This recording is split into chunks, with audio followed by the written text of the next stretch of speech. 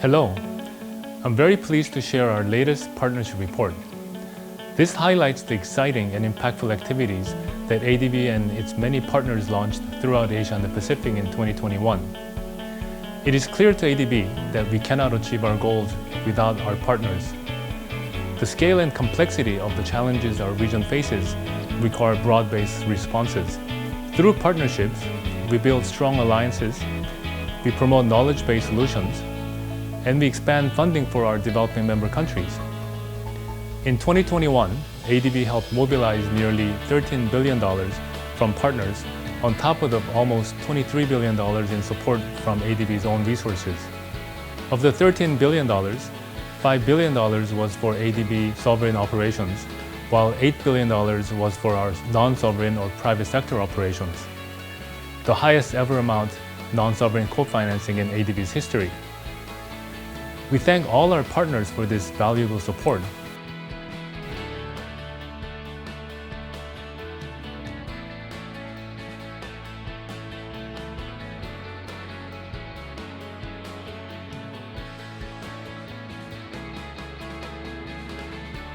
Here are some examples of where our partnerships will deliver concrete improvements in our developing member countries. Metro rail riders in Bengaluru, India, will soon have an easier daily commute with the construction of 2 new metro lines. Rural communities in the Pinjiang County of Hunan, the People's Republic of China, are on their way to experiencing the benefits of flood protection and safe water supply and sanitation combined with green practices. ADB and its private sector partners helped Fiji Airways survive the shutdown of its operations due to the COVID-19 pandemic and are now helping restore key airline transport routes across the Pacific region. Poor and far-flung schools in the Philippines are now benefiting from distance education tools and techniques being piloted to keep students in school despite the pandemic and other challenges. Through leadership training and technical internships, women empowerment is getting a boost in Armenia's only licensed electricity distributor, the Electric Networks of Armenia. There are so many more stories and examples of how ADB and our partners are having tangible impacts on people's daily lives. I encourage you to explore the 2021 Partnership Report yourself. While many countries in the region continue to struggle with the COVID-19 pandemic in 2021, the focus is now increasingly turning to laying the foundation for a green, resilient, and inclusive recovery. The 2021 Partnership Report highlights several new partnership platforms that ADB launched to support countries' efforts in that regard, with a particular focus on supporting countries' transition to low-carbon and resilient pathways.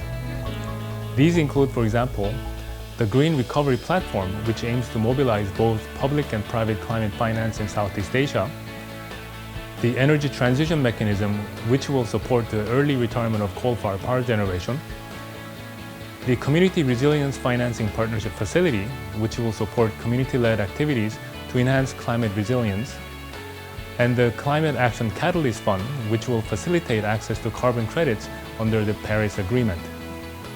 We look forward to working with our partners on these and other exciting initiatives in these coming months.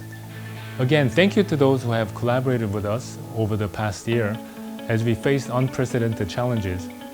Partnerships have never been more important, so let us continue to work together to secure a green, inclusive, and resilient recovery in Asia and the Pacific for all.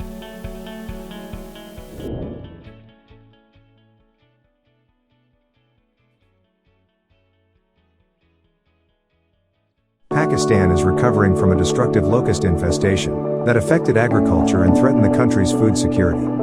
Pakistan was dealing with a serious locust infestation when COVID-19 reached the country in early 2020. Billions of locusts destroyed large fields of cotton, wheat, maize, and other crops, while the COVID-19 virus was spreading across the country. The government simultaneously launched a locust surveillance and control operation and imposed partial and total pandemic lockdowns across the provinces. The twin crises greatly affected agriculture and stalled the economy. Crop damage from the locust infestation led to low yields, price increases, and reduced incomes. Lockdowns limited farmers' access to markets, diminished agricultural produce, and weakened food supply chains. Pakistan's economic growth for 2019 to 2020 was projected at 3.2%, but subsequently reassessed at -0.4%. The situation had the makings of a massive food shortage and widespread hunger.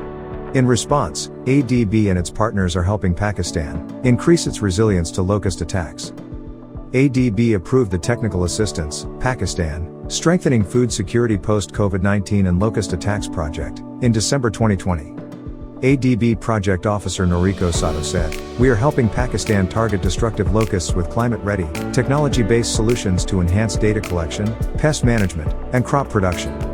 The goal is to increase the resilience of Pakistan's agriculture sector." The project is demonstrating ICT and remote sensing technologies for collecting reliable and timely data that can prove useful for policymaking. These include data on agriculture production, crop prices, and other information. The project is also demonstrating biopesticides, ICT-supported drones, and other pest management technologies and practices. Advances in seed development and crop production are also being explored, and women's skills upgraded in climate-adaptive and disaster-resilient crop seed cleaning and storage.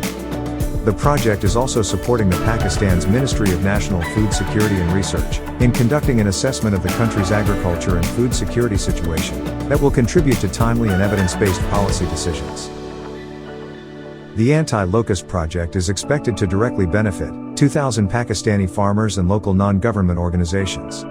Despite the continuing impacts of the COVID-19 pandemic and locust infestation on agriculture and food supply chains, the project has already begun clearing a path toward a green, inclusive, and resilient recovery for Pakistan. ADB, the Netherlands, and Pakistan, partnering together to attain food security.